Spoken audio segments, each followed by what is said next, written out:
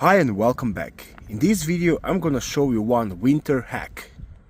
While driving with snow on the roads, you will most likely have snow and ice buildup around your wheel wells, just like that. And also that's gonna happen on your back wheels as well. To prevent that from happening, you will have to spray silicone spray or WD-40 all around your wheel wells.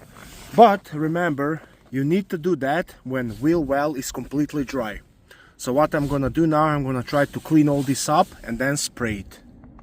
And now when the wheel well is all cleaned up, I'm gonna spray WD-40. Remember, you can use either WD-40 or silicone lubricant.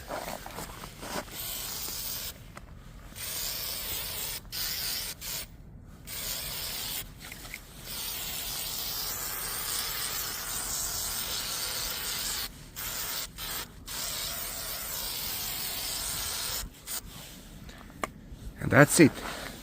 And that should help preventing ice and snow buildup right there. I hope this video was helpful to you. If it was, please like it and consider subscribing to my channel. Thank you, bye.